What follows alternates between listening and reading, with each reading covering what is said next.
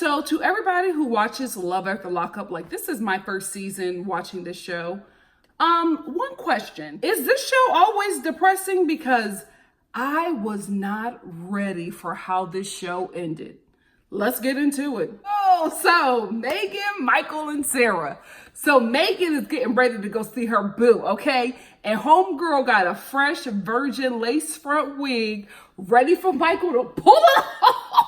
I was like, oh, she pulled out all the stops for this virginity losation, okay? Mother was not playing around. I said, look at Megan with all this hair. Out of nowhere. Last week she had a greasy side,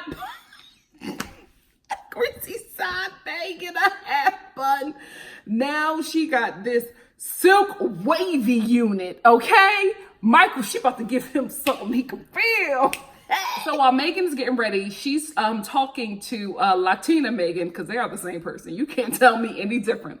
She's talking to her about possibly getting engaged to Michael, right? So while this scene is going on, we cut to another scene of Michael and Sarah shopping for wedding rings. Say it with me, guys. Basura, okay? I'm like, dude, how do you think that any of this is okay? Because I guarantee you, Michael is shopping for a ring for Megan while he's with Sarah. Ain't no way he's giving this girl a new ring. He is shopping for rings for Megan with his current wife. I don't care what nobody say. I don't care how difficult she is, because I am going to talk about how I felt like Sarah was wrong in this this little storyline or whatever. However, he still proposed to that woman. He still married her. He still ejaculated inside of her to give her a whole baby. Like, this is all Michael's doing. This is all Michael's doing. I don't see no fault adding up to his fault concerning the other ladies. Like, what they are doing is pettiness compared to what he's doing. He is top level basura. And I said this before and I'm going to reiterate it. I don't think that Michael ever loved Sarah. I don't even think that he ever really wanted her. What I will say is this. He proposed to her and married her because he did not, I think, he did not want her to have to testify against him in court. That's just a felon game. A lot of felons do that with their partners so that they can pull the card, or I don't want to testify against my spouse, because that is something that you can do. And I think that that is exactly what they are pulling. He don't want that girl. Never did. He was just doing that to save his behind, because nobody loves Michael more than Michael loves Michael. And let me tell you something. Michael's daughter, Aviana, is a real G. Because while Michael is shopping for rings for Megan with Sarah, Megan is calling him, right? His daughter is trying to pull out the phone.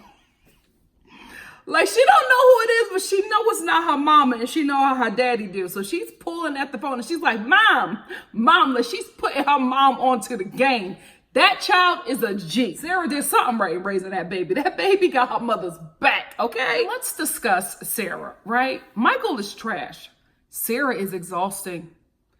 Exhausting. Like, ladies, we all know that Michael was picking a fight with Sarah so that he can go see Megan early, because he had already planned to see her. But I think that he just wanted to get to her quicker, you know, than spend any more time with Sarah. He was done, right? And I get it. I get that he was picking at Sarah and, you know, forcing her to do certain things. But, ma'am, your child is in a car.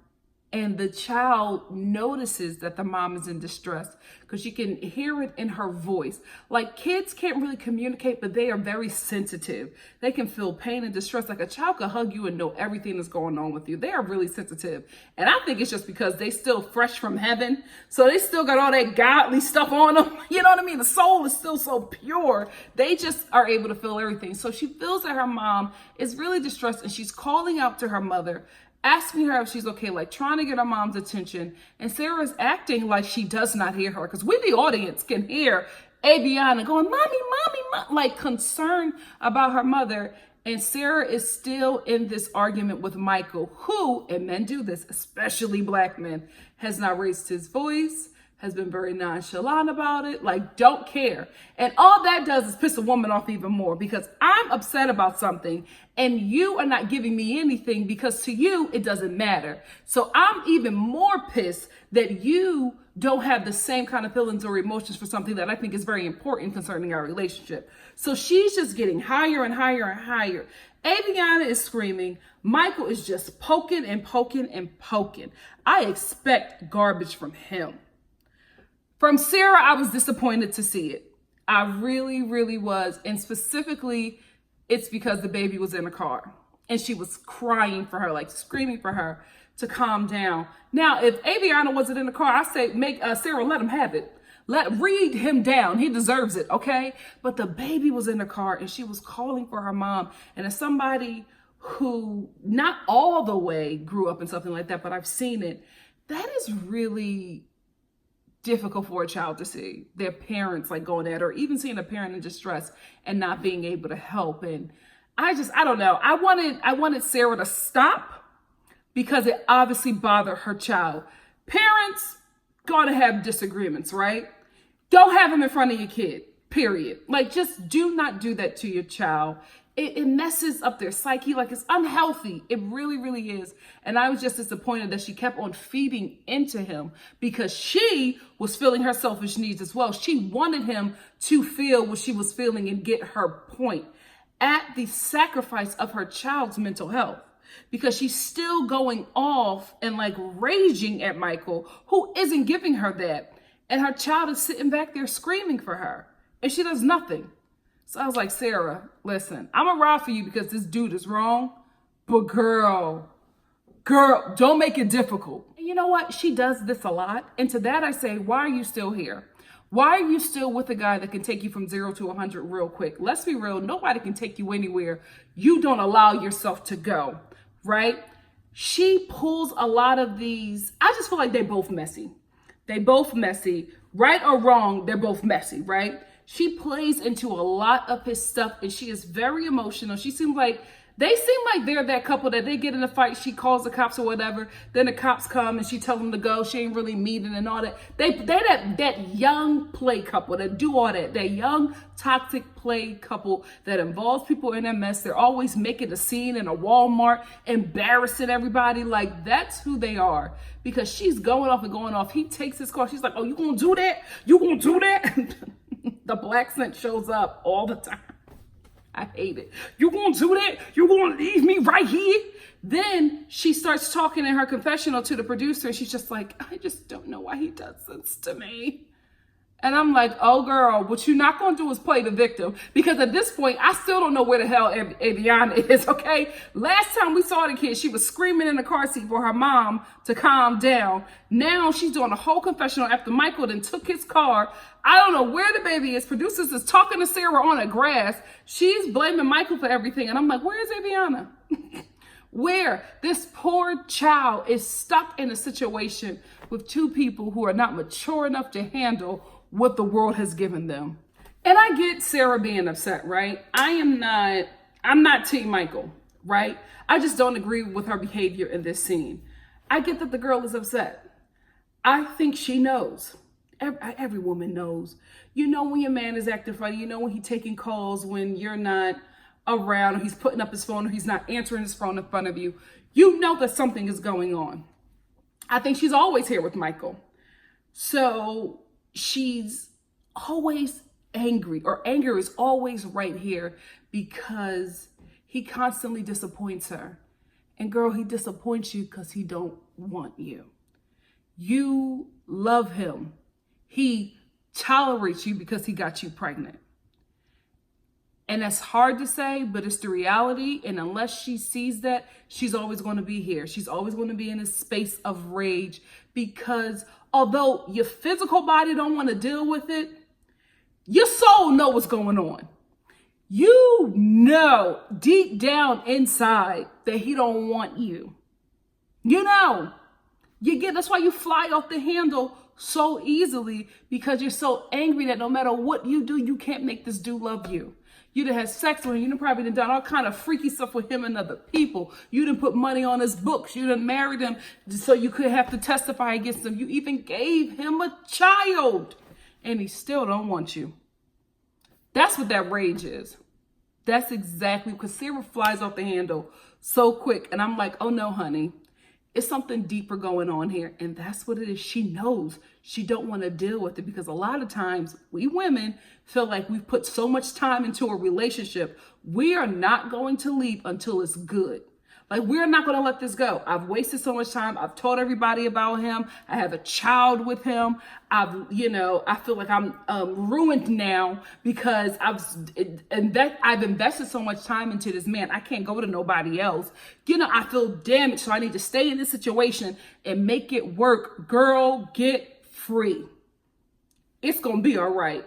Get free. And you know what? I hate to say it, but from watching the both of them, I do feel like Sarah will probably try to keep Avion or use Avion as some kind of pawn to either get to Michael or get him back. I do, because they're a toxic couple. We all know that couple, guys, where it's just like, oh my gosh, you invited them to the barbecue. I don't feel like nobody's shooting nobody over dominoes and all this stuff because they don't know how to talk to each other, or they always think somebody is cheating with another person at the event. You know that couple, nobody wants to invite them because they make everything horrible, because together they are toxic. Outside of each other, y'all have a good time with them. Y'all have a good time when they are not together. When they get together, everybody's miserable. That's who Michael and Sarah are. They're not good for each other. They're not good to each other. And when they get together and start that fighting, whew, hide your kids, hide your wives. Britney and Marcelino. So I checked her Instagram again. She is still with this dude. And living her best life on Twitter. Like, she is living her reality TV star life, okay? She's talking to the fans. Disappointed that she didn't get enough airtime because Tracy's crack took up the whole episode. And I was like, Britney, how heartless. Like, Tracy disappeared being on some damn crack, and you're sad that you didn't get enough airtime. Girl, you know what? This has nothing to do with the story, but Marcelino looks like he could have hair. Like, I was looking at his hairline, like where that shade, where the hair is shaved off. He looks like he has a full set of hair. Why does he shave it off? Can somebody Photoshop curls on Marcelino? Brittany, tell him to get his curls back. He's okay. He seems like with his curly little hair, he could be cute. What's the problem, Marcelino? And so we start off with Britney and Marcelino being very sweet, right? Britney's talking about her son and hoping that Marcelino and her son hit it off. And then we cut to Marcelino's confessional. Just when I'm just like, okay, I've looked at them on Twitter. They seem happy. Maybe there's more to this couple, right? And I'm starting to look deeper into Marcelino and how much he really cares for her. All of this, right? Just as I'm starting to feel that, we cut to the confessional of Marcelino saying that women can't raise men.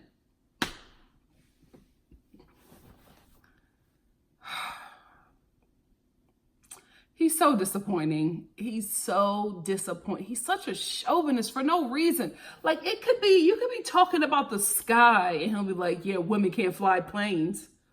What are you talking about? Like, he has these gender roles like embedded in his brain that it comes through anything. Like, the slightest thing, he will turn it into a woman needs to do this and a man needs to do this. This is how it should be. And it's like, dude, what are you talking about? Women can't raise men. We do it all the damn time. Unwillingly. But that's how life is. You got to roll with the punches. Okay, like, hello. Have you seen the NBA and the NFL? Women are raising millionaires. Okay. Billionaires too. Steve Jobs. Look it up. Single parent. Women are doing it. We only have you men because we want you. Let's not play these games. We can do it on our own. Wait. We can do it.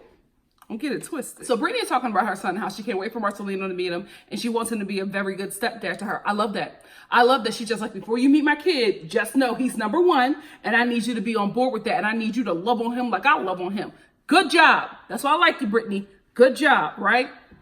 As she's talking, Marcelino takes a pause. And I'm like, is everything okay? Like, what is this pregnant pause for?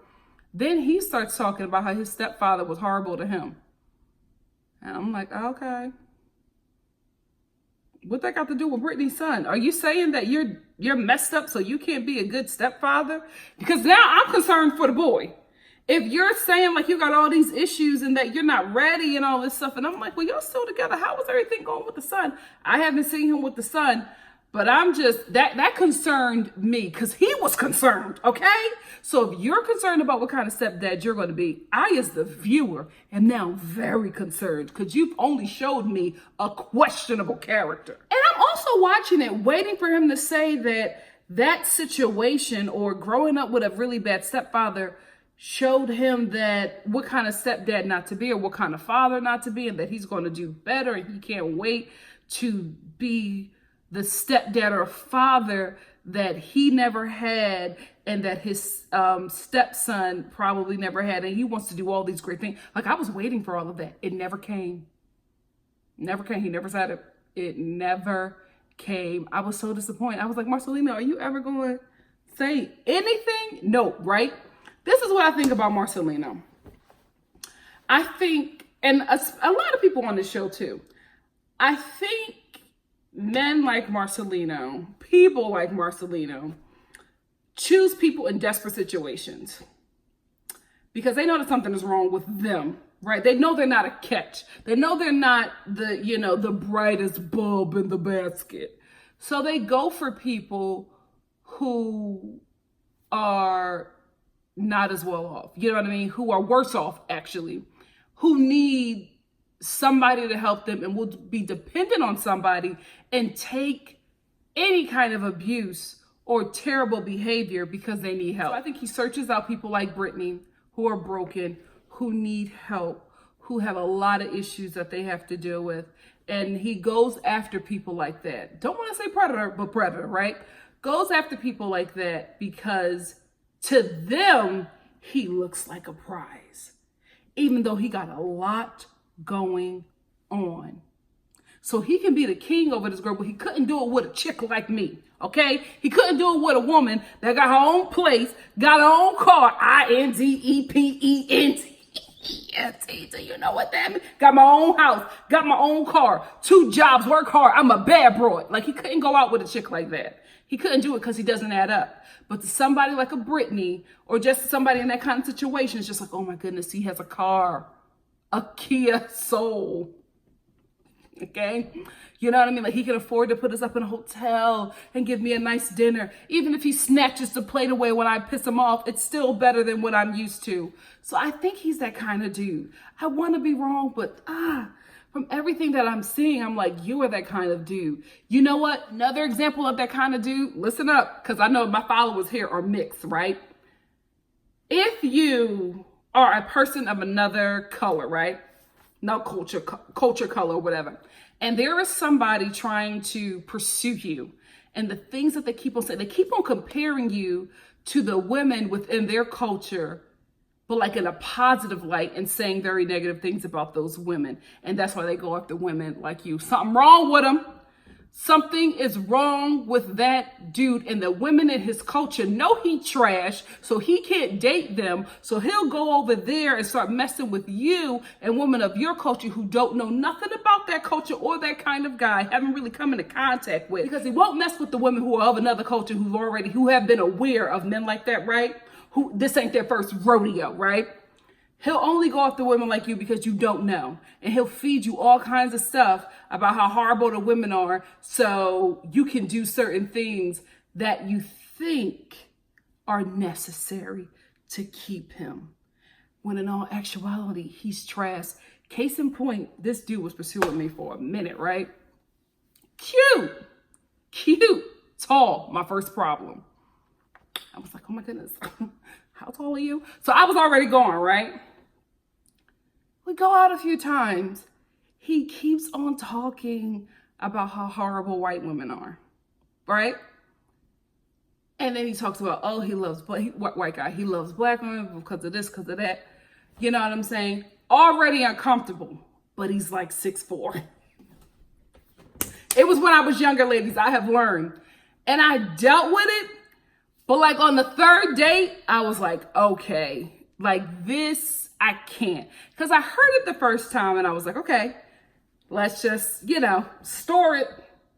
The second time I was like, okay, store it. The third time I was like, you got a problem. You're garbage, right? Because how are you a white dude telling me how terrible white women are? Like, you don't like the vagina you came out of, but you're trying to get into mine's. Boy, bye. Boy, bye. Come to find out, nut ain't in the fruitcake. Nut ain't in the fruitcake. And if I would have been around enough white girls, they would have let me know. He was crazy. So that's the kind of dude Marcelino gives me.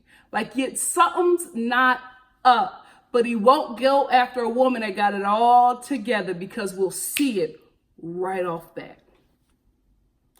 Britney, get free, girl. Take this show money.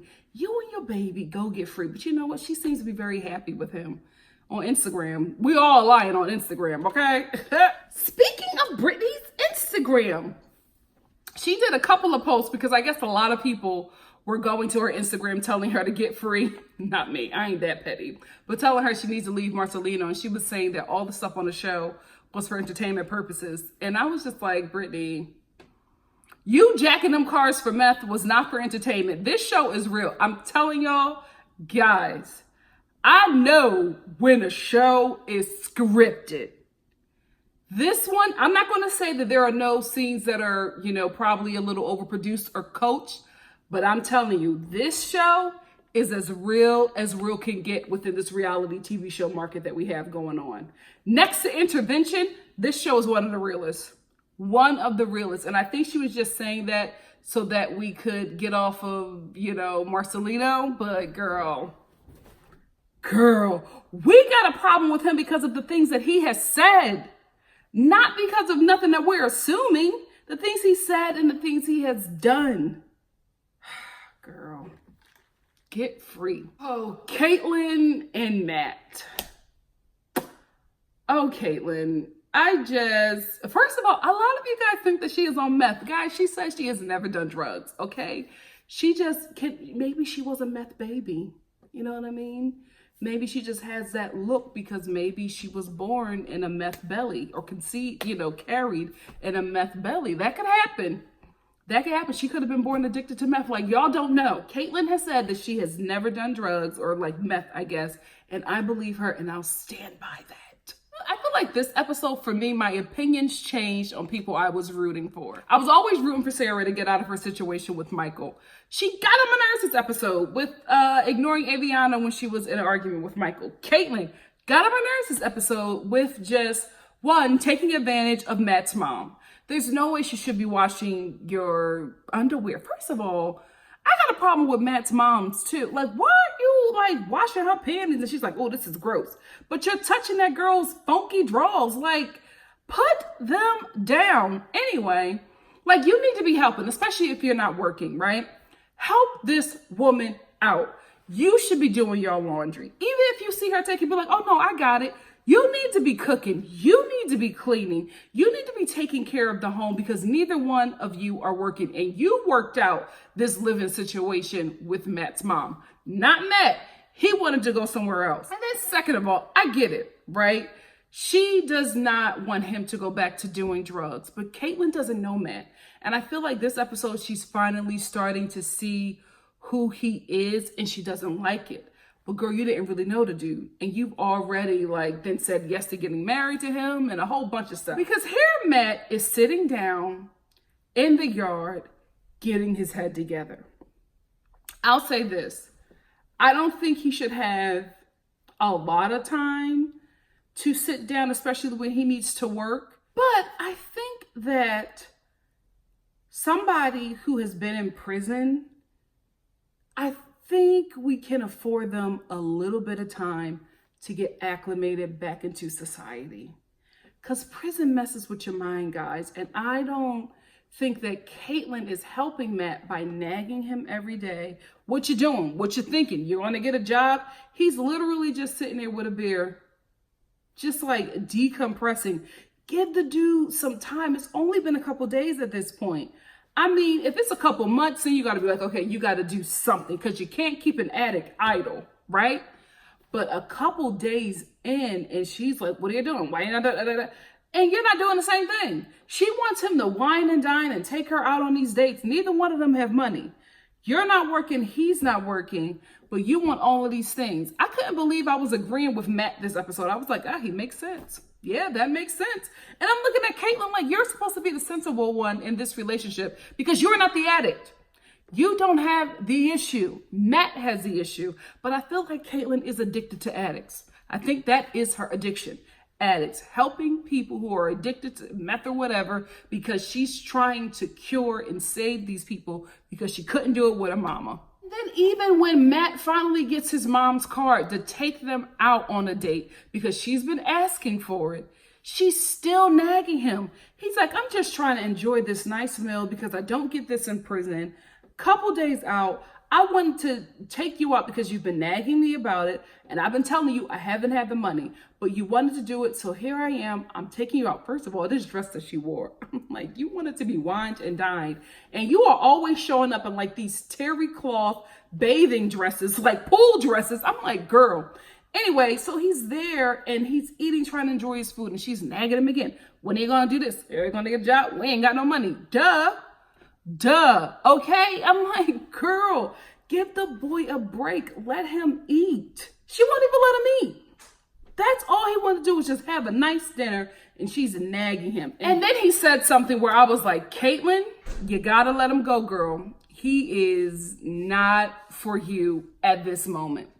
Because Matt then says to her, well, I love meth. Like he said he loves meth. Loves. Like he loved you, he loved meth. Probably a bit more because he's willing to lose his life over it. Girl, you gotta go. You gotta go because a person who is trying to get away from it won't say that they love it because he was talking about it in a way like it was a fond memory. And I'm like, if he's still in the enjoyment of meth, he's not where he needs to be for you, for his mom, for his damn self. You need to go.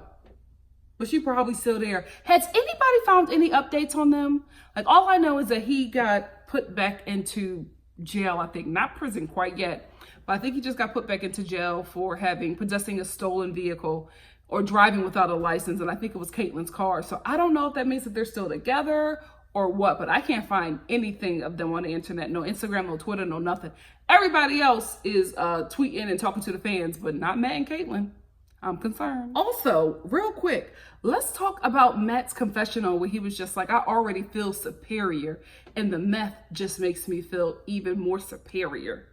The way he said it, I sat back and I looked and I was like, Matt, what set was you repping in prison? Did y'all get that? Because I got that.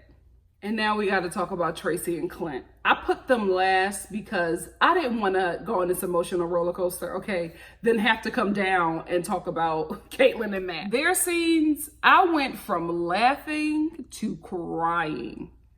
Like, this storyline messed me up. That's why I was just like, if this is like this every episode, I don't know if I can do this. I love to have a good little time with you guys, but I mean, I was bawling after that episode, guys. I was heartbroken. So Tracy and Clint are getting married at a bar, okay? Not just a bar, like a hoedown bar. They're getting married in a section where I feel like they have like a mechanical bull sometimes and line dancing, okay? Tracy and Clint are there about to get married. First of all, the officiant has no teeth. And you know what, at first I was like, he has no teeth, like what is going on? But then I was like, you know what, it's Tracy and Clint. They're getting married in a bar. Like right over Clint's head, I can see people going into the bathroom, and then it's a lady getting her life watching this wedding, and then she's talking to two other guys who are clearly drunk, and I was like, this makes sense for Tracy and Clint. This makes sense. Can we talk about how Tracy arrived 5 hours late, high out of her mind, trying to like keep it together? And at that point, I was like, this is not going to end well. I was so disappointed. She couldn't even keep it together to even say her vows to Clint. Because Clint is saying these vows. He's crying. She's his goddess. And she's just like, okay, let me go. I like you. I promise to be like a good wife. Like, not even really there. She was so muted. I knew she was high because Tracy is a big character. I really like her. She's fun. But I knew she was on something because she was so different. She was muted. I felt like she was just trying to like get through it to get to what she really wanted to get to, because she showed up disheveled. Her hair wasn't even how it was. I feel like she took out her extensions. Her hair looked so cute when they got engaged. Her hair is a mess. She took out the extensions. I don't know if she sold the extensions for crack. She showed up in this like JCPenney soft hop dress. Fuchsia bra strap is showing. It was such a mess. And then when they get in the car, she's obviously cracked out. Like, he's trying to talk to her about consummating the wedding. And she's like, oh, baby. Yeah. And she's like looking out the window. And I'm like, oh, gosh. Please don't end how I think we're going to end.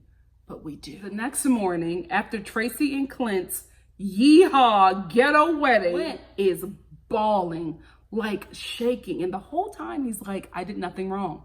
I did nothing wrong. So I'm thinking, oh wait, did he beat her? Like, I'm thinking he beat her up because he's like, I did nothing wrong. I did nothing wrong. Then the messy producers are like, do you want to call your mom and talk about it? I'm like, y'all are so messy.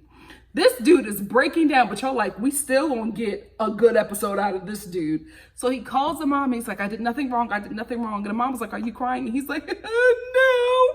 And I'm like, no way he's 37. No way. So he's crying to his mom. He's like, I did nothing wrong. I did nothing wrong. I did nothing wrong. Finally, it comes out, because I had to watch it a few times because he's like mumbling. What I was able to understand was that Tracy and Clint were having a heart-to-heart, I guess, after the wedding. And she basically convinced him to buy her crack at like 2:30 in the morning. By like 5 a.m., homegirl wanted another hit. So she took his phone and her rental car, and she left to get more crack. So Lord knows where she is or what she is doing. But yeah, Tracy is back out there on the streets. I didn't know. She said her choice of drug is crack and meth the same thing. Please let me know. Like, I don't know what the difference. I thought that crack and cocaine. Wait, I thought that crack and cocaine is the same thing, right? Which one of them is meth? Is meth something else? I don't know, y'all. I know the names of stuff, but I don't know their difference or they're kind of high. I know pills or downers like lean. Isn't lean like cough syrup? I don't know. Let me know in the comment section. But I was like, crack. Is that meth? I don't know, but that is obviously her drug crutch. Like, that is what she goes to. And so the episode ended with us not knowing where the hell Tracy was, but Clinton's crying about how he did nothing wrong. And what he did wrong was bought his wife some crack. What in the ghetto hell? How do you on your wedding night buy crack? That just took me out. But she was already high when she showed up. So she had already had a hit. He need to check that credit card. He need to check that credit card. But you know what? I know that drug dealers don't take credit cards and they don't take quarters. Because I remember telling my business. I remember one time I was coming out of church and this lady was definitely cracked out, was asking us for a change. She wanted to give us quarters so we could get dollars. And you know, Christians, we're just like, oh my goodness, yes, sister, let's help you out in the name of Jesus. Who has a dollar? So we're all trying to get our dollars together to give her the change, because we're thinking, I don't know what we were thinking, but we weren't thinking what was happening. One of the guys who goes to the church, but he good, like, dude is ghetto. He knows about the streets. We don't know nothing. So we're ready to give her all of these dollars. And he's like, no, don't give it to her. And we're like, excuse me, we are, citizens of Christ. We have to. And he's like, no, because the only reason why she has money, the only reason why she wants to get dollars is because the drug dealers probably told her, don't come to me with no quarters, give me dollars instead. And as soon as he said that, she changed. Like, she changed from being, oh, please help me, to, she got her face changed. She got really angry at him. She started cussing him out and she turned around and walked away. And I was like, oh my gosh. So that's probably what it is. Like, so Tracy probably had to give a sexual favor or probably had to buy something with the card and then sell it and get the cash. Something she had to do, because drug dealers only take cash and they don't take quarters. So Lord knows what Tracy is selling or what Tracy is doing. I hope we get an update next week, but I didn't expect that episode to end like that. And I was really, really disappointed because Tracy and Clint, they were my number ones. I love that couple. I just thought they were just a hot ghetto mess, but they were in love or infatuation, whatever it was. I felt like they could have been good for each other. But yeah, I didn't think that Clint would be buying her crack on their wedding night. Especially in the preview. It showed them like her showing her. Can we talk about her hands? Did she get her nails done? Her hands look brutal. I'm like, oh, Tracy, what were you doing? So sad. So sad. And I was rooting for that couple. I love that messy couple. Ugh. Heartbroken. So we didn't get any Scott and Lizzie this episode, and I think we didn't get Scott and Lizzie because, I mean, how are you going to top Clint buying Tracy crack? Is this show always like this? This was a lot for me. This was a lot for me. Wow. Anyway, that's where the episode ends. Next week, I don't know what's going to happen. I just hope we get Tracy back. I don't want her out there on them streets. She has such a big personality. She seems like a fun girl with a lot of problems, and I feel so bad. I feel so bad because she seems like a good person. She's just got a lot of issues. Nobody just chooses crack. You know what I mean? Like, you got to have some problems, okay? Especially, ain't Tracy like, first of all, yeah, she's late 30s. Late 30s. That's the Dare generation.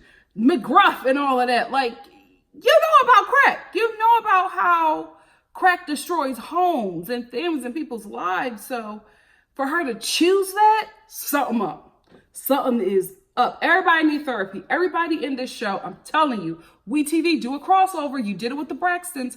Take this entire cast, put them in a house, and have Iyanla Vanzant, Queen Iyanla Vanzant, work on all of them because they need it. They need it. That's the end of that sad episode. Let me know what you think about this episode in the comment section below. And if you like what you see here, please like, comment, subscribe, and share. And I will see you next week. Will I? For the following episode of Love After Lockup. I'm going to try to do it that night. I couldn't do it last week, but I'm this week. But I'm going to try to do it next week and do it that night. See if I can get it up to you. But if I'm crying, I don't know. We will see. See you then, guys. Love ya.